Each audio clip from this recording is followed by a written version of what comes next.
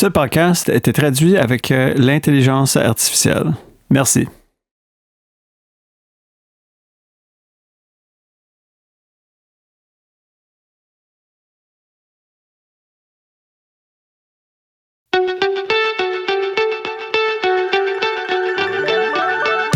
Bonjour et bienvenue au podcast de gestion de patrimoine PLDC, le découvreur de richesses, où nous nous engageons à aider la nouvelle génération à prendre en main leur avenir financier. Si vous naviguez dans les complexités de la finance, cela peut sembler accablant. Mais voilà l'affaire. Construire la richesse n'est pas juste une question de chiffres sur une feuille de calcul. C'est réaliser vos rêves et aspirations. Nous nous adressons directement aux acteurs de demain, les ambitieux prêts à réaliser leurs rêves. Que vous débutiez votre carrière, lanciez une entreprise ou planifiez un grand événement de la vie. Comme acheter une maison ou fonder une famille, nous sommes là pour vous guider à chaque étape. Maintenant, vous vous demandez peut-être, pourquoi ai-je besoin d'un professionnel financier? C'est simple. Avoir un conseiller de confiance à vos côtés peut faire toute la différence pour atteindre vos objectifs. Mais au-delà des chiffres, c'est une question de tranquillité d'esprit. C'est savoir que vous êtes sur la bonne voie vers un avenir sûr et prospère. Rejoignez-nous pour explorer le monde de la finance, démystifier le jargon et vous donner les moyens de prendre des décisions éclairées qui vous mèneront au succès. Que vous soyez un millénaire, un Gen Z ou quelqu'un entre les deux, il n'est jamais trop tôt pour commencer à planifier pour demain. Alors embarquons ensemble dans ce voyage et débloquons les possibilités qui nous attendent. Bienvenue au podcast de gestion de patrimoine de PLDC. Où votre avenir financier commence maintenant. Bonjour à tous et bienvenue à PLDC Wealth Explorer. Je suis Michael Anthony, accompagné de ma co-animatrice, Gabrielle Kalachi. Salut à tous, et aujourd'hui marque le début d'un voyage excitant pour nous, non seulement pour nous, mais aussi pour nos auditeurs. Dans cet épisode inaugural, nous levons le voile pour donner un aperçu intime de qui nous sommes. Nous sommes ce que nous faisons, où nous allons. Au cœur de la planification financière se trouvent deux piliers fondamentaux, confiance et communication. Nous croyons que construire une relation solide avec votre conseiller financier est primordial. Et cela commence par apprendre à connaître les personnes derrière les conseils. Alors, qui sommes-nous? Qu'est-ce qui nous motive à faire ce que nous faisons? Où se trouvent nos passions et quelles sont nos aspirations pour l'avenir? Entrons dans le vif du sujet. Alors dis-moi, Michael, comment en es-tu arrivé là où tu es assis aujourd'hui? Comment as-tu lancé ce podcast? Parle-moi de ton parcours. Vous me demandez pas maintenant? Oui. Pourquoi? Parce que je veux savoir. Pourquoi tenez-vous le microphone? Je ne sais pas où mettre mes mains. Que dois-je faire de mes mains? Vous ne savez pas quoi faire de vos mains. Vous ne me dites pas la vérité. Je pose le mien ici, et je tiens juste une hanche, et je ne sais pas, c'est comme Parce que je regarde un podcast et parfois ils tiennent juste un micro comme ça. Oui, je veux dire, tu pourrais le tenir. Je fais de la finance depuis plus de 2 ans maintenant. Avant, je faisais autre chose. À l'origine, je faisais partie d'une entreprise informatique, avant de changer. Évidemment, la COVID a changé beaucoup de choses pour beaucoup de gens, et c'était le moment pour moi de faire le changement. J'ai fait ça depuis quelques années, et j'ai récemment aussi été licencié pour les hypothèques. Donc maintenant, j'ai une licence pour les hypothèques. J'ai ma licence de fonds communs de placement, ma licence de prêt hypothécaire, et bientôt ma licence d'assurance vie. Et tout cela dans l'espoir de pouvoir aider les gens que je connais, les gens auxquels je tiens. Parce que tu sais, une chose qui est vraiment difficile, c'est les finances. Avant même de faire cela, même si j'avais ma famille et mes finances et tout, c'était compliqué, difficile. Donc, c'est qui je suis. C'est ce que je fais. J'ai une famille. J'ai 2 jeunes et adorables filles et une adorable Ils sont femme. plutôt adorables, je dois dire. Elle aime juste se promener. Alors, c'est un peu à propos de moi, et parlez-moi de votre parcours de vie. Comment êtes-vous arrivé ici? Que voulez-vous fournir? Pour tout le monde autour de nous. Quels sont vos objectifs? Donc, oui, je suis un récent diplômé en finance. J'ai terminé ma licence il y a peu de temps. Et pour moi-même, j'étais toujours, tu sais, comprendre toujours un peu le concept de l'argent. Et en grandissant, et vous savez, ma famille m'encourageait toujours à économiser de l'argent depuis que j'étais petit. Comme vous savez, j'avais juste des anniversaires. Mettez votre argent de côté et regardez-le croître. Et j'ai toujours été... J'étais très amusée par ce concept et c'était toujours quelque chose que, même enfant, j'essayais de partager avec mes cousins ou mes frères et sœurs ou peu importe. J'ai toujours été vraiment fascinée par ce sujet. Alors, en grandissant, je savais que c'était plus ou moins quelque chose que je voulais faire. Et est-ce que je savais exactement? Non, mais j'étais toujours attirée par l'épargne et voir ça grandir. C'est fun. Ce concept était miraculeux pour moi et j'ai vite compris que peu de gens savaient comment faire cela. La seule chose que j'ai appréciée en grandissant, c'est de regarder chaque fois que tu espères que quelqu'un fasse ça comme tout à coup, ils sont heureux, n'est-ce pas? Donc, pour moi, j'ai fait ma licence. Et pendant que je faisais ma licence, même si je n'aimais pas vraiment le processus d'apprentissage, je voulais vraiment travailler. Alors, j'ai décidé de travailler à plein temps et d'aller à l'école à plein temps. Donc, j'ai travaillé à la banque. Dans ma carrière bancaire, tu sais, j'ai travaillé au service clientèle et puis je suis rapidement devenu conseiller financier aussi. Acquérir mon expérience en sachant toujours que je voulais faire plus dans ma vie. Et puis, vous savez, à l'approche de la fin de mon diplôme, commencer vraiment à réfléchir à quelle est la prochaine étape pour moi. Comment puis-je vraiment avancer après avoir fait quelque chose? Aller à l'école à plein temps, travailler à plein temps. Et je me sentais comme ça, déjà en train de réussir tout seul. Et j'avais l'impression, les gens étaient un peu inspirés par ce que je faisais et je me disais, d'accord, et maintenant, quelle est la suite? Puis, tu sais, j'ai eu une longue conversation avec ma mère, évidemment. Et, tu sais, va-et-vient, juste te dire comme, est-ce le bon moment? Et finalement, c'était juste ce saut de foi qui a décidé de dire, et comme, vous savez, si vous voulez faire quelque chose de votre vie et vraiment avoir un impact, vous devez montrer que vous êtes prêt à prendre des risques. Vous devez montrer que, vous savez, vous êtes prêt à être mal à l'aise aussi, non? Alors, je me suis juste lancée et j'ai dit, d'accord, eh bien, je vais laisser tomber le 95, je vais laisser tomber. Ce que je sais, ce que j'ai su pendant les 4 dernières années, et je vais montrer comme si je suis prêt à aider les gens à atteindre leurs objectifs, je dois aussi faire ce saut de foi. Pour moi, c'était vraiment le plus important. Ce changement que tout le monde a tellement peur de faire. Et en étant nouveau dans le domaine, c'est toujours effrayant. Mais je veux dire, chaque jour, tu réalises, hey, je vais juste un jour après l'autre. Hier, c'était hier et aujourd'hui est un nouveau jour. Que puis-je faire aujourd'hui juste pour m'améliorer? Oui, je suis complètement d'accord. J'ai ressenti à peu près la même chose en changeant parce qu'au final, je voulais faire quelque chose pour aider les gens. Et ce que je faisais juste avant de changer, c'était utile, c'était bien, mais je ne sentais pas que je faisais le maximum d'impact sur les gens autour de moi. Je ne ressentais pas l'impact des gens autour de moi, tu sais, ce qui est génial avec les finances, surtout les finances personnelles. Et comme tu l'as mentionné, comme tu aidais, les aider à comprendre comment économiser et des trucs comme ça te fait te sentir bien d'aider quelqu'un à économiser de l'argent et à construire leur avenir. Et comme, j'ai des gens qui sont venus me voir comme, j'ai besoin d'aide. Je suis comme, chaque fois que je les aide, c'est incroyable. Oui, je pense vraiment vraiment génial. que nous avons probablement les meilleurs emplois du monde. Nous aidons les gens à gagner de l'argent et nous gagnons de l'argent en même temps. Il n'y a pas à embellir à quel point notre travail pourrait être génial. Tu sais, je pense que ma plus grande histoire à la banque était regarder quelqu'un qui est entré. Et elle était une mère célibataire. Elle était divorcée, évidemment. Elle avait un fils. Et à ce moment-là, parce qu'elle venait de divorcer, elle était assez endettée. Et elle est venue, elle était bouleversée. Elle avait des problèmes avec une autre banque. Alors elle changeait. Et j'étais juste là pour écouter ce qui se passait vraiment avec elle.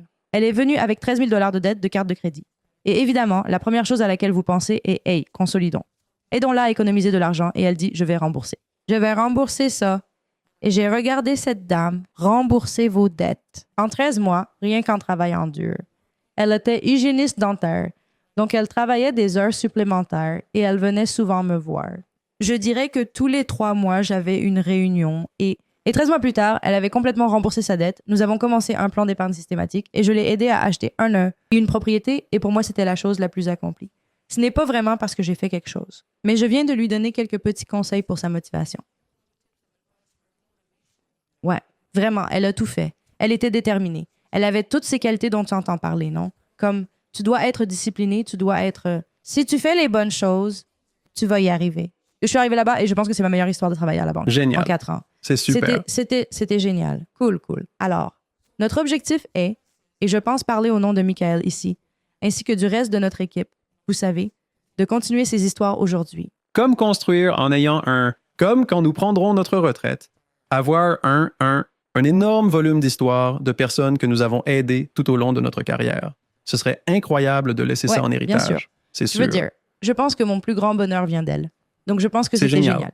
Oui, Ouais. Nous continuons à mettre la balle en mouvement. Nous avons certainement plus d'histoires de ce genre. Donc, en partant de quelque chose qui existe déjà, c'est génial. À propos de l'histoire que vous venez de partager, c'est le fait que nous faisons partie de cette équipe.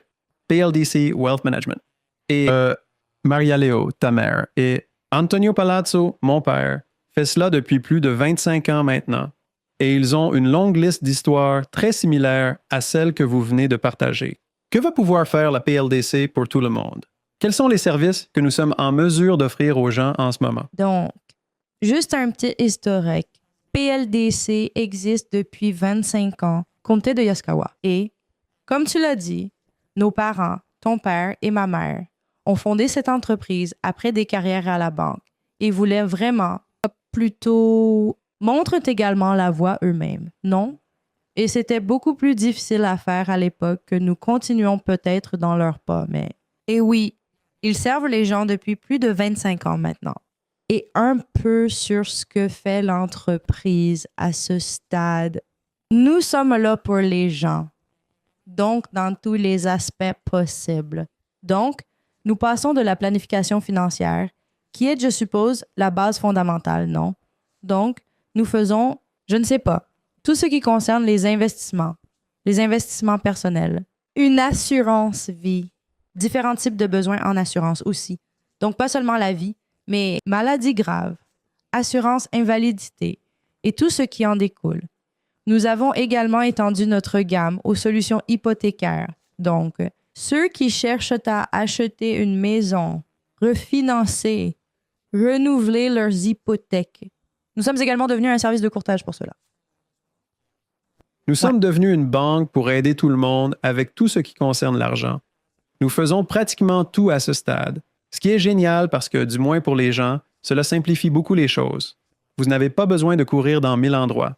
Vous allez juste à une seule équipe et c'est pas ma bon. lumière préférée à avoir, mais je suppose que la façon la plus simple de le dire est que c'est un guichet unique. C'est un guichet unique. Bien que nous ne soyons pas un magasin, le but n'est pas que les gens fassent le tour. C'est vraiment, encore une fois, donner des conseils. Et je pense que quelque chose que tu sais faire, beaucoup de réunions avec ton père récemment, quelque chose que Tony dit toujours, c'est qu'on est là pour la relation. Nous nous soucions de ton bien-être parce que ton bien-être est notre bien-être, non? Si tu es heureux, alors, évidemment, à la fin de la journée, nous sommes heureux. Si tu n'es pas heureux, ce n'est pas aussi facile d'aller au lit la nuit. Donc, merci. Exactement comme ce que nous faisons en ce moment. Comme nous sommes en train de passer nos licences pour l'assurance vie. Et ce qui est génial, c'est que nous, l'équipe est vaste en termes de connaissances, mais c'est aussi génial car nous devenons experts dans des domaines spécifiques. Nous sommes capables de prêter cette information et cette expertise technique lorsqu'il s'agit de différents cas pour les clients. Et ce que j'aime, c'est définitivement le travail d'équipe. Nous travaillons ensemble sur des cas spécifiques comme cette personne a ceci. J'ai besoin d'aide pour cette partie. Et nous travaillons tous ensemble. Comme si nous faisions constamment des réunions, nous quatre, avec ce genre de choses. J'aime vraiment ce travail d'équipe aussi. Donc, c'est ce qui est génial dans la façon dont nous sommes organisés en ce moment. Exactement. Et en plus de l'aspect personnel, nous faisons aussi, pour les entreprises aussi, n'est-ce pas? C'est ça. Nous proposons Corporate. des RPA de groupe, des CELI de groupe et aussi des plans d'assurance collective pour tous. Propriétaires d'entreprises cherchant à fournir à ses employés quelque chose d'aussi et l'offrir. L'avantage du luxe, je suppose que vous pouvez voir. Le bénéfice de style, c'est juste pour le style de vie. Je suppose que je sais pas. Donc, une question principale que les gens peuvent avoir est pourquoi est-il important de faire partie de PLDC? Pourquoi est-il important de faire partie de cette équipe? Donc, chaque fois que je pense à finance et tout ça, en fait, laissez-moi reprendre. Je vois beaucoup de gens aujourd'hui de notre âge, un peu plus vieux, peu importe, qui ont accès à différentes applications comme Wealthsimple et toutes ces autres applications, Robinhood, etc. Ils pourraient l'investir eux-mêmes. Et pour moi, tu sais, tu pourrais le faire tout seul. Tu pourrais avoir un peu de succès. Mais c'est un peu comme l'entraînement à la salle de sport. Vous le faites toute seule. À la longue, vous vous fatiguez. Vous n'avez plus envie de le faire, ou dans le cas du financement ou des finances. Les émotions entrent en jeu, comme si vous alliez être très émotif à ce sujet, que vous souhaitiez investir dans les crypto-monnaies ou autres, beaucoup de ces choses, là où nous faisons des choses, tout est émotionnel, basé sur les émotions. Alors, les finances et pourquoi il est important de faire partie d'une équipe et d'offrir ses services, c'est un peu comme avoir un coach à vos côtés. Vous voulez quelqu'un qui va vous rendre des comptes, qui sera là pour vous, qui va vous aider avec toutes les nuances du monde financier et ce dont vous avez besoin comme service. Au-delà de ça, c'est vraiment juste pour que tu aies quelqu'un pour toi dans ton coin. Mais comme nous sommes une équipe, surtout vous saurez que la balle ne sera pas lâchée. Nous sommes tous là. Les gens pourraient partir en vacances et il y aura toujours quelqu'un pour vous aider si vous avez besoin de quoi que ce soit. Donc, au lieu d'aller avec quelqu'un il pourrait le faire entièrement seul.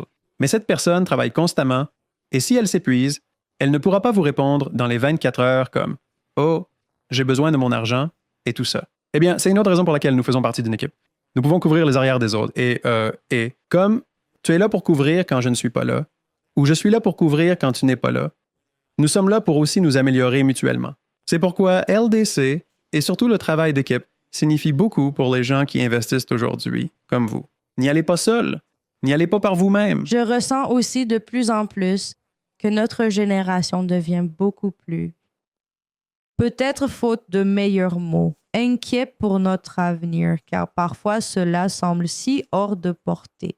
Assurez-vous d'avoir cette personne ou cette équipe. Parler avec et faire confiance. Et encore une fois, le mot confiance est tellement fortement utilisé car la confiance est très importante, n'est-ce pas? De la même manière que lorsque vous allez voir votre entraîneur à la salle de sport, vous voulez qu'il ou elle le sache. Savoir qu'il travaille pour vous et qu'il travaille. Mais il travaille pour vous aider, laissant tout le reste de côté pendant cette heure de session, non? C'est pareil quand il s'agit de vos finances, surtout parce que c'est un sujet sensible. La plupart des gens, parce que, vous savez, ce n'est pas de votre faute, mais l'éducation manque dans ce domaine, n'est-ce pas? Il y en a tellement maintenant. Comme les voix sur différentes plateformes de médias sociaux, sur ce que vous devriez faire, où vous devriez investir, etc. C'est maintenant encore plus accablant. Tu sais, tu veux que cette personne dise « Hey, c'est ce dont tu as besoin. » Ouais, oui. Il y a toutes ces merveilleuses choses là-bas. Mais ce qui est le plus confortable pour toi. Et avant peut-être de commencer à faire du deadlifting, tu vas commencer à soulever quelques haltères. C'est pareil avec les finances avant de commencer à te mettre dans l'extrême. Les marchés, non. On va au moins commencer par vous faire les bases et mettre une certaine somme de dollars de côté. D'accord? Tu sais ce qui est vraiment drôle? C'est comme si Nous faisons cette référence entre gym et comme faire de l'exercice. Vous savez ce que vous voulez. Par exemple, pour moi, où beaucoup de gens sont comme je veux juste perdre du poids ou peu importe. Comme je voulais être en forme, je voulais être en bonne santé, être là pour ma famille. Est-ce que je sais comment le faire? Ouais, un peu. Mais je sais que je ne pourrais pas atteindre le niveau de ce que j'ai en tête si je n'avais pas d'aide. Et ce qui est drôle avec la finance, c'est que, j'ai même essayé moi-même. Eh bien, simple et tout avant de commencer comme conseiller financier. J'étais comme, d'accord, mettons un peu d'argent. Voyons si je peux, peu importe. Et je vois tous mes amis le faire. Pourquoi pas? Pensez-vous que les gens ont l'impression qu'ils doivent le faire seuls? Ça n'a pas de sens pour moi. Pourquoi tu voudrais le faire tout seul et comme prendre le risque? Vous payez toujours des frais avec ces entreprises. Vous passez toujours par des obstacles. Vous perdez potentiellement même plus d'argent et avez plus de stress. Pourquoi pensez-vous que les gens veulent le faire eux-mêmes? Je pense que les gens veulent se les faire eux-mêmes. Encore une fois, en revenant à ne pas savoir et à la peur de dire « Je ne veux pas avoir l'air stupide devant cette personne qui semble tout savoir. » Alors, je dois le faire aussi. Laisse-moi ne pas avoir l'air stupide devant quelqu'un qui, tu sais, je ne veux pas qu'il juge mes finances. Et une chose que je dis aux gens tout le temps, d'accord.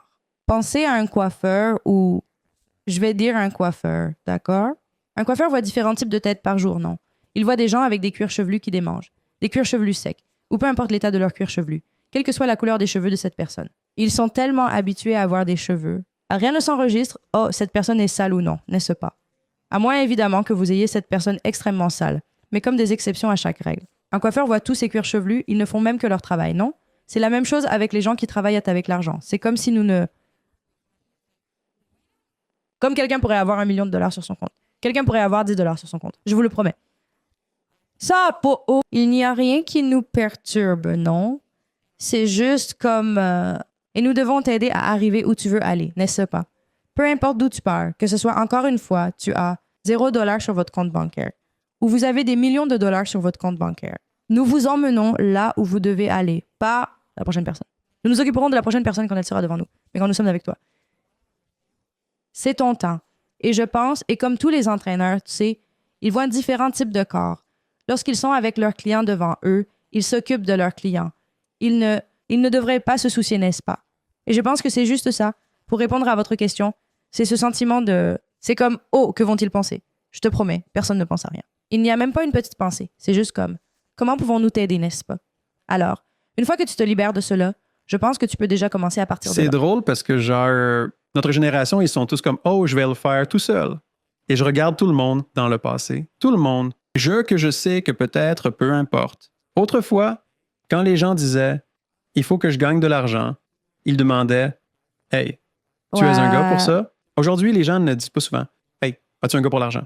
As-tu un gars pour... Ils le font pour des choses comme ça. Compliqué qu'ils ne peuvent pas faire seuls, mais je pense que les gens, ou du moins les réseaux sociaux, ont rendu les finances trop simples.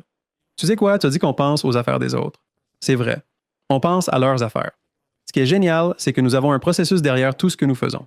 Comme une certaine structure derrière cela nous aide à construire ces plans pour les personnes avec qui nous travaillons.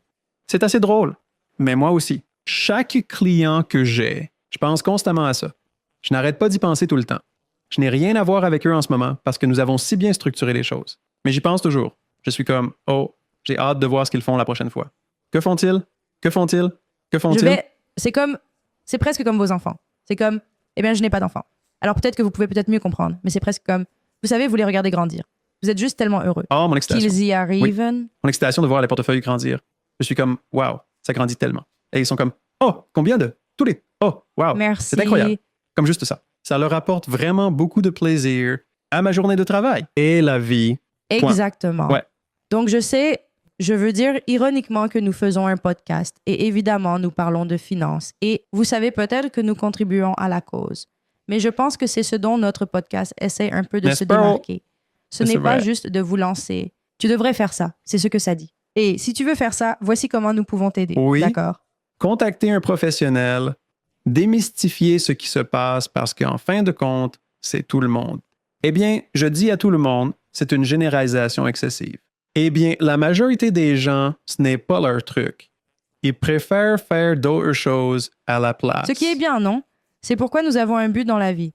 Je pense que tout le monde n'est pas censé faire la même chose. Sinon, nous ferions tous le même travail. C'est tout l'intérêt de toutes ces choses, c'est de se réunir et de voir comment nous pouvons nous entraider. Et, vous savez, échanger des services qui sont très courants, non?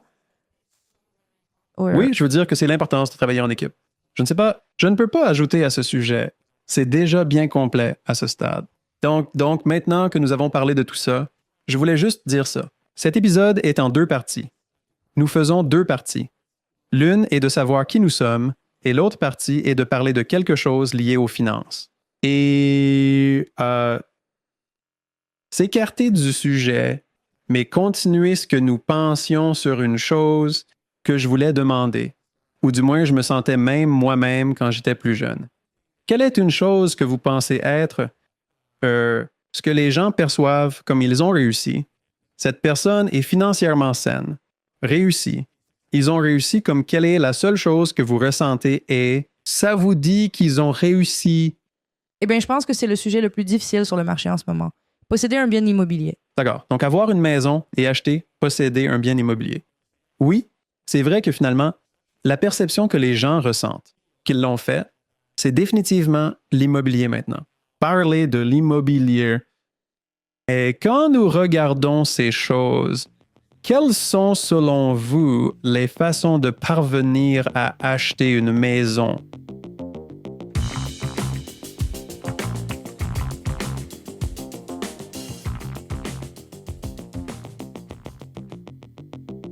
Salut tout le monde, bienvenue à PLDC Wealth Explorer.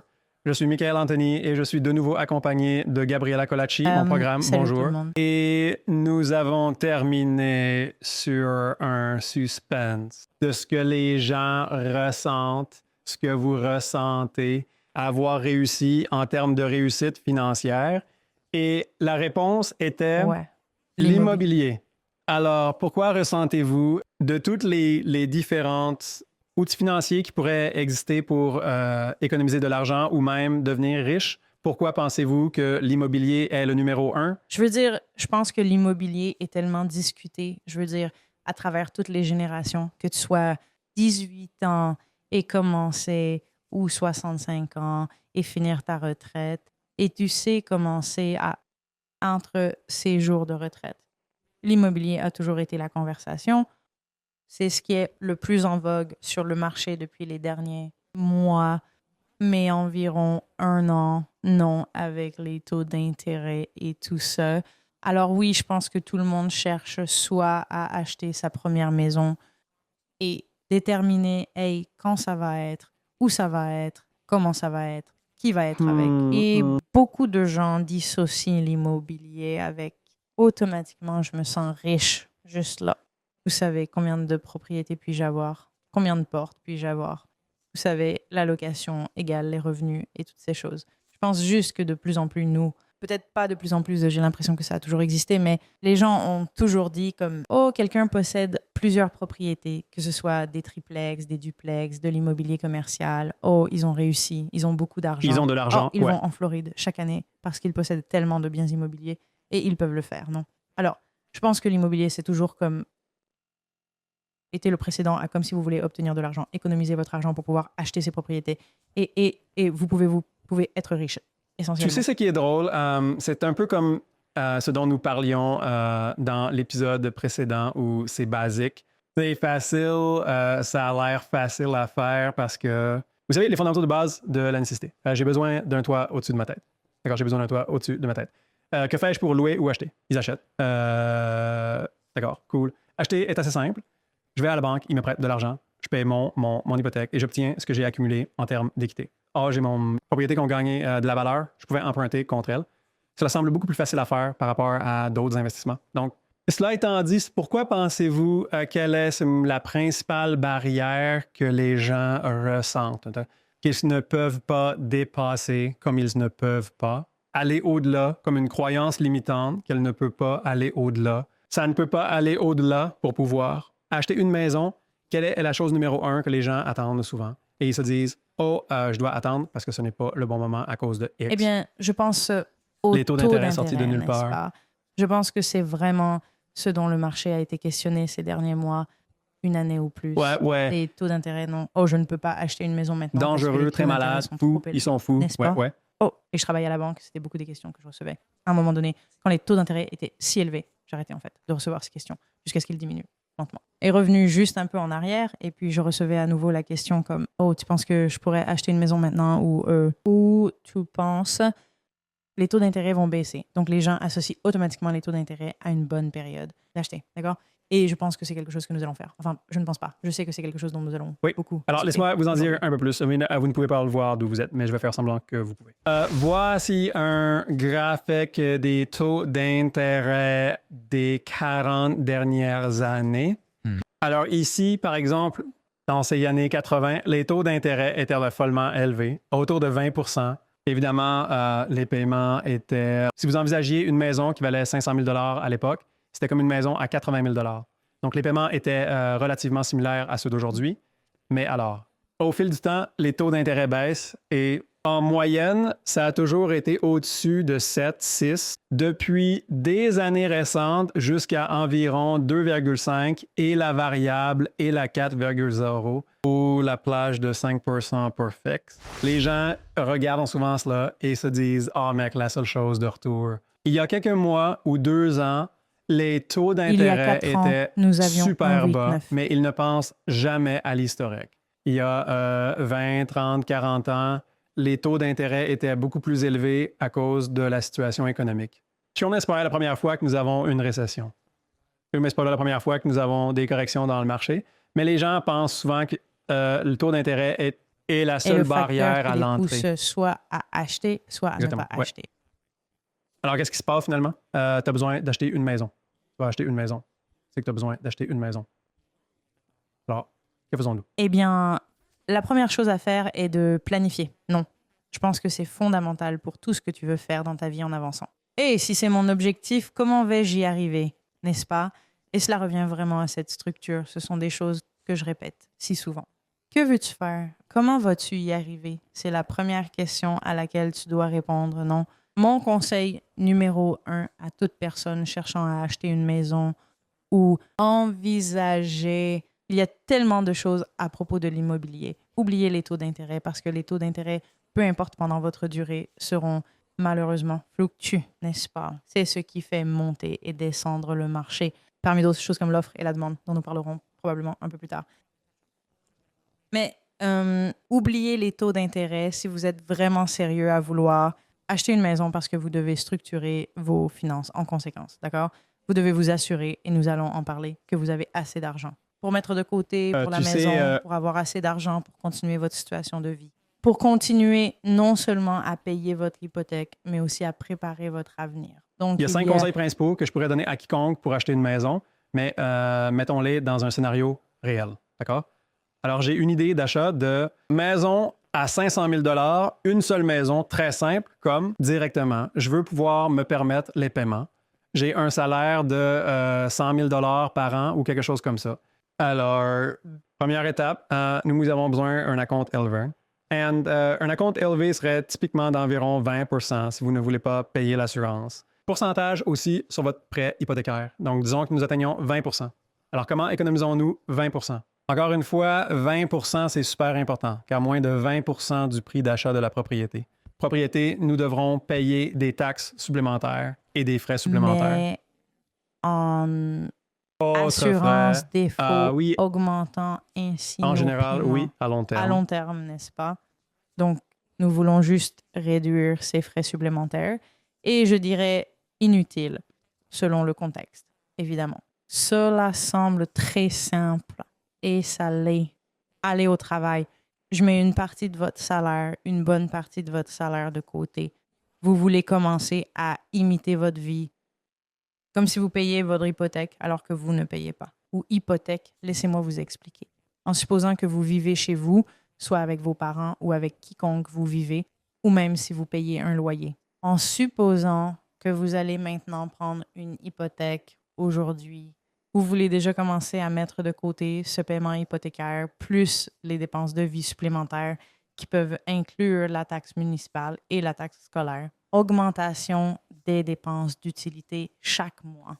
Donc, vous prévoyez déjà que ce sont des coûts mensuels. Oui, tu te conditionnes toi-même. Exactement. Ce conditionnement vous rendra plus gratuit une fois que vous commencez ou nous vous donnerons cette marge de manœuvre une fois que vous commencerez réellement à payer l'hypothèque et à vivre dans la Oui, propriété. évidemment, si vous louez déjà, vous faites en quelque sorte cela, mais vous dépensez la plupart de l'argent au lieu de l'économiser. Allant vers votre loyer, évidemment, si c'est le cas, parlez à un conseiller financier et trouvez des solutions, trouvez de l'argent pour pouvoir économiser. C'est ça, finalement. Mais Le concept le plus important ici est que si vous allez travailler, il doit y avoir une partie de cet argent que vous prévoyez d'acheter une maison dans 1 an, dans 5 ans ou plus. 10 ans, quoi qu'il en soit, pour vous. Vous voulez commencer à mettre de côté une partie de ce salaire que vous gagnez. Un rôle très, très important ici. d'accord. Donc, le conseil numéro 2, c'est un historique de crédit limité. Oui. Donc, en tant qu'individu, nous voulons commencer à différencier la bonne dette et la mauvaise dette. Non, une bonne dette pourrait être le prêt hypothécaire lui-même, car la valeur de la propriété augmente avec le temps. Montant que vous êtes capable de Exactement, payer vos mais la objectifs. dette, c'est éliminer tout type de dette que... Cela vous cause évidemment des intérêts sans aucune forme de levier, non?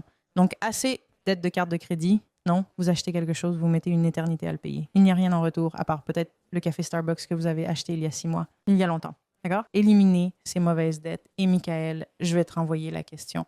Pourquoi est-il si important d'éliminer les mauvaises dettes et de prendre soin de vos crédits? Et des conseils comme un livret hypothécaire pour vous-même. Donc, le plus important est lorsque vous empruntez de l'argent pour une maison, votre score FICO est très important. Donc, sachant que vous avez un bon score de crédit, c'est important parce que cela vous permettra d'obtenir des taux plus bas si vous avez un bon crédit. Alors, comment obtenir un bon crédit? Payez votre visa, assurez-vous qu'il soit payé, ne le gardez pas, ne le conservez pas. C'est ça que des cartes de crédit de n'importe quel type, ne les gardez jamais si vous avez des lignes de crédit. Assurez-vous de les payer régulièrement, de les rembourser jusqu'à 0. Si vous avez comme un contrat de location de voiture ou un prêt pour une voiture, tant que vous faites ces paiements et que vous ne les manquez pas, votre score va augmenter. Donc, toutes ces choses combinées vous donneront un excellent historique de crédit et cela vous donnera un score élevé où vous pourriez obtenir de très bons tarifs car les banques soient vous êtes capables de rembourser vos dettes. Il s'avère que vous présenterez un faible risque pour emprunter de l'argent pour une maison Donc, ils seront heureux de vous offrir un bon taux d'intérêt si celui-ci est trop élevé. Si le score n'est pas assez élevé et qu'il est vraiment bas, ouais, alors ils vont se dire, mec, on va devoir prendre un risque. S'ils font défaut sur leur hypothèque, nous ne sommes pas payés. D'accord. Facturons-leur plus d'intérêt dès le départ pour être payés au moins. Et puis, s'ils font défaut, eh bien, au moins, nous avons été payés et c'était tout. Exactement. Et je pense qu'il y a un point que je voudrais juste souligner à nouveau. Ils sont un peu plus indulgents pour payer leur carte de crédit. Je veux dire, je ne peux pas le dire assez. Payez vos dettes. Vous ne comprenez pas comment ils vous affectent. Ce n'est pas juste les intérêts, c'est le crédit, comme vous l'avez dit, et des choses comme votre facture de téléphone portable, Hydro-Québec. Tout cela combiné, j'en ai marre. Un paiement mensuel, il faut respecter. Par exemple, si vous avez une assurance automobile personnelle, l'assurance, et si vous êtes en retard sur vos paiements, cela affecte votre historique de crédit, ce qui pourrait en fin de compte affecter les taux auxquels vous êtes. Ces taux dont nous avons parlé et qui sont si importants pour ceux qui veulent acheter de l'immobilier, eh bien, cela affecte comme vous aider et au moins économiser quelques points de base. Donc, pour le deuxième conseil, la chose la plus facile, remboursez vos dettes autant que possible. Vous serez dans une bien meilleure position pour pouvoir obtenir ce prêt hypothécaire. Et cela nous amène au conseil numéro 3, qui est d'avoir un bon ratio dette-revenu. Encore une fois, Michael, fais-nous profiter de ton expertise. Qu'est-ce que cela signifie? Explique-nous. Ratio dette-revenu, c'est donc combien de dettes vous pouvez contracter par rapport à ton revenu. Donc, si tu gagnes 100 000 sur tout cela, combien dépenses-tu par mois, comme les paiements mensuels et tout ça? Une faible dette par rapport au revenu. Donc, tu gagnes plus et tu dépenses, je ne sais pas, sur tout ça, tu ne mets que 20 000 pour les dépenses de vie et tout ça. Et ceux-là viennent des cartes de crédit, peu importe. Alors, ce serait votre truc de dette. Je suis assez sûr que vous avez emprunté de relais pour acheter une voiture et vous avez une carte de relation à rembourser. Cela affecte votre ratio dette revenu. Donc, tout ce que vous payez déjà mensuellement fait partie du ratio dette-revenu. Si vous avez un faible revenu, ratio dette-revenu, vous pourrez être dans une meilleure position avec les banques pour pouvoir emprunter eux car elles voient que cette personne n'a pas beaucoup de dettes. Je pourrais leur donner beaucoup de à travers votre maison, parfait. Mais là, je suis avec. Ce que les gens oublient ou ne savent pas souvent, c'est que vous achetez votre maison aujourd'hui super cher. Dans 2-3 ans, elle aura déjà pris beaucoup de valeur et c'est de l'équité que vous pourrez utiliser pour essentiellement emprunter contre ou montrer que vous avez de la valeur ailleurs. Donc, si tu veux acheter une voiture et en même temps, vous regardez aussi la Maison Blanche, éteignez la voiture un moment et allez vers la maison. Attendez quelques années et vous pourrez acheter la voiture et la maison ensemble sans avoir de problème. Avec votre Alors, question supplémentaire ici. Que pouvez-vous dire aux gens qui disent « Oh, comme j'ai 6 cartes de crédit, je n'utilise aucune des 6 sauf une, n'est-ce pas? J'en ai une pour les dépenses. Est-ce que c'est bien ou mauvais pour moi? » Ça n'a vraiment pas d'importance. Vous pouvez avoir 100 cartes de crédit et si elles sont toutes remboursées ou la plupart d'entre elles sont remboursées et qu'il n'y en a qu'une seule sur laquelle vous portez un petit solde. Et ils vont l'accepter tant que vous le remboursez avant d'obtenir votre prêt de la banque pour la maison. Bien, mais si vous le gardez, alors maintenant, votre ratio dette-revenu est plus élevé et vous pourriez ne pas être éligible pour le prêt hypothécaire. Alors... Donc, cela élimine cette question. Vous pouvez avoir les cartes de crédit, mais ne les portez pas. Le solde négatif, ou non pas le solde négatif, mais le solde qui fait beaucoup plus mal à votre porte-monnaie, n'est-ce pas? Si vos cartes de crédit sont à zéro et vous montrez de bons moyens de paiement, vous montrez cette fiabilité que les créanciers recherchent. Aussi, avoir une mise de côté, comme si vous aviez économisé pour votre apport initial.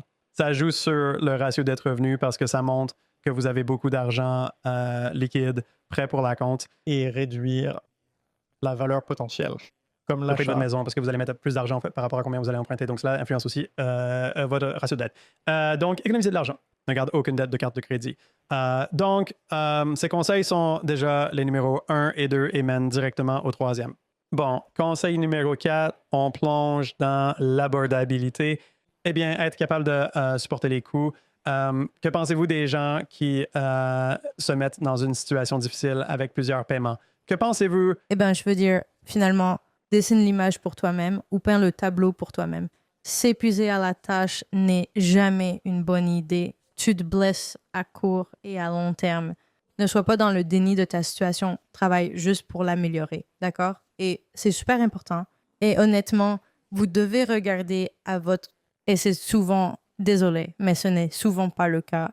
dit suffisamment. Vous devez considérer l'achat de votre maison non seulement comme un investissement, mais acheter votre maison est-il précieux ou sans valeur pour vous, n'est-ce pas? Si vous allez acheter une maison et il devient tellement difficile de continuer à faire vos paiements, mais vous dites simplement que vous avez une maison, vous ne vous rendez pas service, la maison ne devient plus un atout pour vous, elle devient quelque chose qui vous fait du mal. D'accord, donc cette idée de « Oh, j'ai réussi, oh, je suis riche », simplement parce que je possède une maison que je ne peux pas me permettre. Parce que soit je n'ai pas mis assez d'argent de côté, soit les paiements sont beaucoup trop élevés par mois par rapport à ce que je gagne.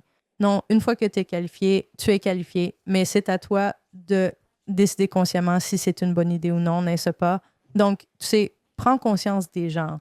Hey, voici combien je gagne. Voici ce que je veux faire pour moi. Peut-être si j'ai des enfants, pour eux, voici comment j'imagine ma famille ou moi-même grandissant. Et indépendamment, si j'ajoute un paiement hypothécaire de X dollars, est-ce que je pourrais continuer à peindre cette image pour moi-même ou est-ce que je ne pourrais pas continuer à peindre cette image? C'est une question très, très difficile que tu dois te poser. Aidons donc ces personnes qui veulent pouvoir se permettre, qui ont du mal à se projeter. Et cela revient au point numéro 1 qui est encore une fois épargné, mais l'abordabilité, et surtout puisque nous sommes au Canada, il y a différents gouvernements. Les écoles qu'ils ont mises à notre disposition, le RARE, où je peux étudier une partie de vos régimes enregistrés d'épargne RSP pour payer votre acompte. Le gouvernement a récemment introduit le plan d'achat pour une première maison, FHSA, pour les premiers acheteurs, où cela fonctionne comme un CELI où vous pouvez mettre de l'argent et ne pas être imposé. C'est après l'impôt et ensuite, vous pouvez mettre jusqu'à 40 000 de votre propre argent et ensuite, vous accumulez des intérêts dessus. Ou si tu veux plus de détails, n'hésite pas à nous contacter. Et je ne vais pas entrer dans les détails du FHSA, mais il y a des règles spécifiques à ce sujet. Et votre compte d'épargne pour l'impôt également. Vous voyez, mettez à votre compte d'épargne. Donc, il y a l'argent enregistré dans ça. L'argent épargné pour l'achat de la première propriété. Et le compte d'épargne c'est que si vous pour épargner sur le point numéro 1, vous l'utilisez sur ces véhicules. Vous pourriez investir beaucoup et obtenir des avantages fiscaux, prendre cet argent et l'utiliser pour votre compte. Lier cela à l'abordabilité est super important, n'est-ce pas? Parce que donnez-vous le temps d'y arriver. Tout peut être abordable. Peindre ce tableau peut être abordable. Les gens, vous devez vous donner le temps d'y arriver. Ne vous fixez pas des objectifs irréalistes, des mesures irréalistes, parce que vous allez simplement vous épuiser et vous rendre la tâche plus difficile. Alors, facilitez-vous la vie en faisant de l'exercice.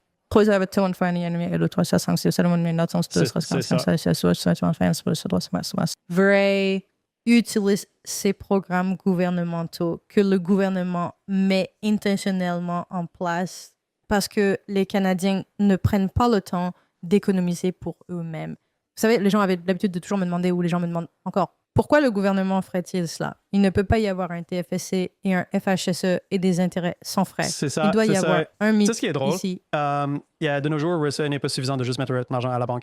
Et tu ne peux pas juste mettre ton argent à la banque. Et là, tu perds de l'argent parce que si tu mets ton argent à la banque et que tu gagnes 1 ou 2 d'intérêt, tu ne bats pas l'inflation. Et l'inflation va faire augmenter le prix de la maison. Vous économiserez de l'argent, mais ce ne sera pas suffisant. Et là, c'est pourquoi investir dans des fonds communs de placement au sein d'un régime enregistré d'épargne retraite, RSP et FRSA, TFSA. Cela vous donnera un rendement plus élevé que selon votre style d'investissement, plus élevé que le taux d'inflation et vous pourrez acheter la maison beaucoup plus tôt. Alors, je suis content que nous en ayons parlé. Et astuce numéro 5, et c'est juste une question de bon sens, c'est le manque de connaissances sur l'achat d'une maison. C'est comme la dernière chose que les gens oublient généralement, c'est qu'ils pensent que c'est vraiment difficile. Et je pourrais vous donner des conseils sur la façon de faire cela, mais comment pensez-vous vous informer, Mac? Que feriez-vous? Eh bien, je veux dire, évidemment, et je pense que c'est quelque chose que nous avons essayé de dire. Nous l'avons dit dans le premier épisode, dans le deuxième épisode. Ne pensez pas, ne faites pas les choses seuls, n'est-ce pas? Mais de la même manière que vous allez voir votre entraîneur de gym pour vous aider à atteindre vos objectifs de remise en forme. Si vous avez des objectifs financiers, consultez un professionnel financier. Ne le pense pas comme de l'aide, pense-le comme juste te mettre sur la bonne voie. D'accord? Et c'est tellement important. Il y a tellement de choses que tu sais, les lois du gouvernement changent toujours, les règles sont toujours modifiées. Les subventions, tu sais, il y a tellement de programmes qui sont mis en place. C'est difficile de suivre tout même pour nous, les professionnels, qui sommes toujours informés quotidiennement. Donc c'est en parlant et en ayant ces personnes qui sont éduquées dans des domaines où tu ne l'es pas, parce que ce n'est pas ton domaine, ce qui est tout à fait normal. Tu sais, prends ça, conseil professionnel, ça va être très utile. Et puis, l'autre chose que je peux dire, et je vais le dire encore une fois, décidez où vous voulez aller et aidez-vous à y arriver. Cela commence avec vous. Cela étant dit, cela conclut notre inauguration. Épisode en 2 parties et nous voudrions remercier tout le monde pour leur écoute. Si quelqu'un a des questions ou des commentaires sur ce qu'ils ont vu aujourd'hui, où peuvent-ils nous joindre? Oui, si jamais vous avez des questions, je veux dire, vous pouvez certainement nous contacter directement sur la page de contact de notre site web www.pldc.ca. Vous pouvez également nous envoyer un email. Nous avons une page Instagram où vous pouvez nous envoyer un DM. Et nous publierons tout dans la vidéo comme Mike l'a mentionné plus tôt. Mais un conseil que je veux laisser à tout le monde aujourd'hui, après avoir regardé, est de commencer maintenant. Commencez maintenant. Oui, commencez aujourd'hui parce que si vous ne commencez pas aujourd'hui, vous ne commencerez jamais. Merci encore de nous écouter et nous apprécions que tout le monde prenne le temps de regarder ou d'écouter notre émission, où que vous soyez. Et ceci a été le PLDC Wealth Explorer et on se voit la prochaine fois.